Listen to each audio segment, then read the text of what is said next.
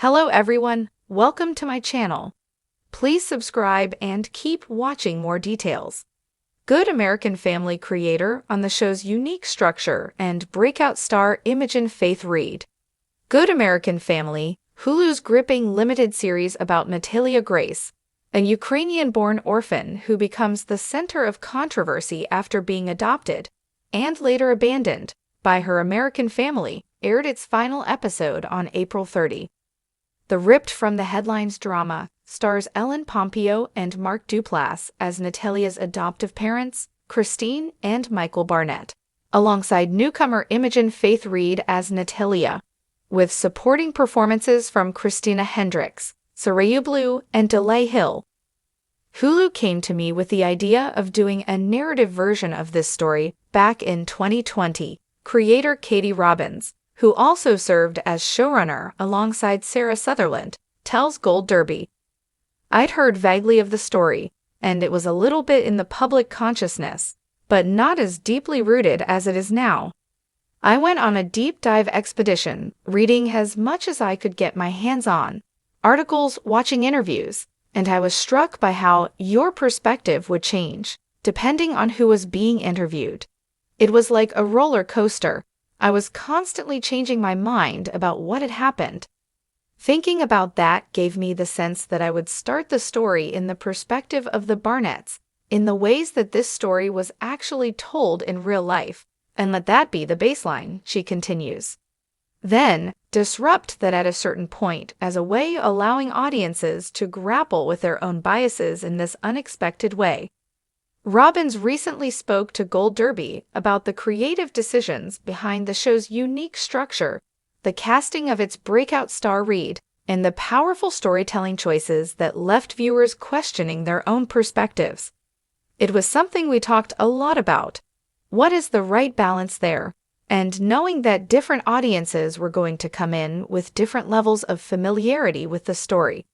There would be people who were coming in with a very strong perspective of wanting justice for Natalia, and so for them, watching the first 4 episodes from the perspective of the Barnetts was going to be really painful and triggering. Some people who didn't have the same kind of background and who would come in really with fresh eyes and buy into the story that is being told in those first 4 episodes have the rug pulled out from under them in episode 5. On some levels, that's sort of the idea. You really are being forced to question why we believe the things that we believe. Why is it that certain people's stories are more believed than other people's stories? We wanted to try to achieve that, but also give little breadcrumbs for the people who already knew where the story ends in real life, so that they would feel like they were in good hands. It's been fascinating watching people's reactions on social media. I do think that there were a lot of people who leaned in and were along for the ride in those first 4 episodes and were very much afraid of Natalia. Then suddenly were like, oh my gosh, I was wrong. Oh my gosh, she's a child. How did this happen? What's going on? I think it's a really rare thing in this moment in history for people to admit to having misunderstood something and to admit being wrong about something. And to do that in public on social media particularly, people don't do that. That's been really extraordinary to watch and has made us feel like, oh, there was a reason to tell this story in this way. That's why the show ends where it does. This is a show that plays around with a lot of tropes of the horror genre. We've got Natalia standing at the foot of a bed with a knife, and we've got all of these kind of creepy elements. But at the end of the day, the thing that is the scariest is that, just as you say, there is DNA evidence. There is some kind of biological evidence here saying one thing, but because that narrative was so strongly drawn, that DNA evidence doesn't actually end up mattering in the court of law.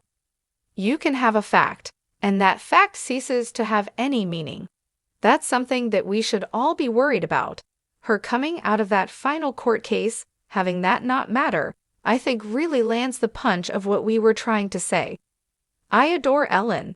When she was first suggested to play Christine, I was like, okay, yes, please.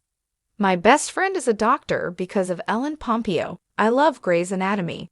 In those first 4 episodes, you want to lean in and start really empathizing and believing the story that they're telling. We worry about Christine and Michael. To have somebody who's as beloved an actor as Ellen was such great luck in terms of those first 4 play this role that takes her to these very dark places that we haven't seen her go before was such an amazing opportunity. It's really hard for any actor to go to the kinds of dark places.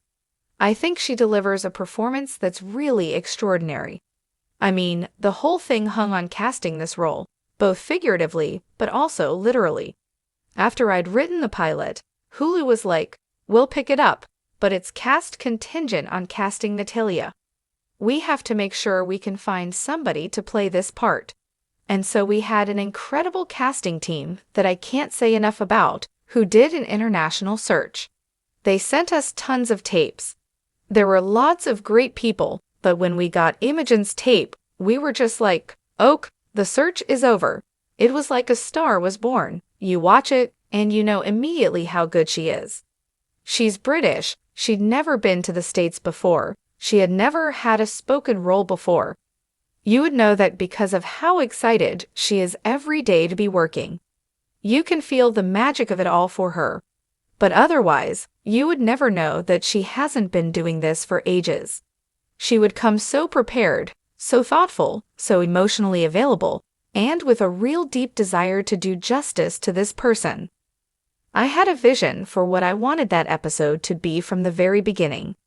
I knew I wanted to end episode 4 with Christine and Michael wiping the sweat off their brows and being like, "Thank God we got the hell out of Dodge," and leaving, and then start episode 5 on the other side of that door. It would be the first time, whether audiences know it consciously or not, we've ever been in a room alone with Natalia. We've always been in scenes with her and either with Christine or Michael, because those first 4 episodes are from their perspective. So it's the first time we're with her. She doesn't have any reason to be acting or pretending to be something that she's not, because she's all alone. I really wanted to land that idea that she was a child. I have 2 daughters, and one of them just turned 8, and so is the same age as Natalia in those episodes. I watched her a lot and thought about her, and thought about the things that she could or couldn't do. Kids still figure out how to play. It became about, if a child is in a house by themselves, how would they play? They would make faces at canned goods, and they would talk into a fan, and they would eat too much junk food, and watch too much television, and do the kinds of self-soothing that we see Natalia do there. Yeah, we were very lucky in that we had an insanely good research team who was on the ground in Indiana, was there for the trials, and so we had a lot of those documents. We had court transcripts, we had depositions, we had Facebook messages, we just had all of this extraordinary research to be building on. But yeah, I'd never written anything in a court before, so we had to talk to some lawyers about language and try to figure out how to craft it. It's scary, it's exciting, it's been incredible. You always want people to see the things that you're trying to create. There are these themes within the show that I really care about: bias, disability, and the elusive nature of truth. Who gets to tell stories? To be able to talk about those themes within a show that people want to watch, because it also has an addicting kind of propulsive quality to it, and have people having conversations about why they believed what they believed, and why that's changed that was always the dream. It's a real testament to Hulu for wanting to do it, and to our incredible team of actors and crew and designers and writers and editors and all the people who put a lot into this, who took a risk in telling a story this way.